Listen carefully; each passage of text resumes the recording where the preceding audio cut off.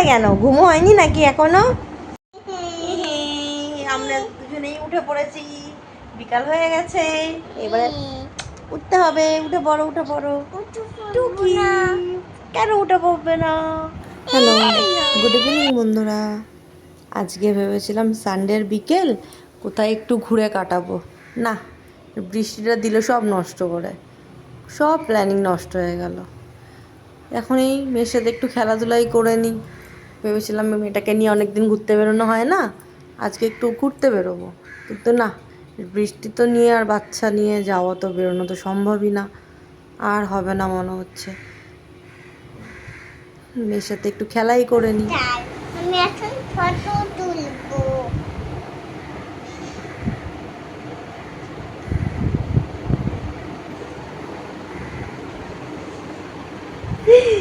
নমস্কার।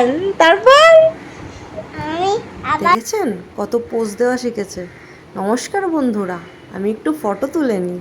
পুরো পাকা বুড়ি হয়েছে। আর কি, বৃষ্টি বাইরে আর বেরোনো তো হলো না, তাই জন্য ঠিক করা হলো তাহলে একটু পিকনিকই করে নেওয়া যাক, একটু ভালো মন্দ খাওয়া যাক। সেই কারণে ওর পাপা গেছে বাইরে বাজার করতে, আর আমি রান্নার প্রস্তুতি নিচ্ছি। আজকে ভালো মন্দ খাওয়াই যাক বাড়িতে, সন্ধেবেলাটা এইভাবেই কাটাই। মেয়ে ড্রয়িং করছে আর আমি রান্নাঘরে এখন কাজ করব। রবিবারের সন্ধ্যাটা এইভাবেই বাড়িতে আমাদের কেটে গেল। চলুন কি কি রান্না করি দেখবেন, চলুন। তো পাঁঠার মাংস আর রাইস হবে সাথে।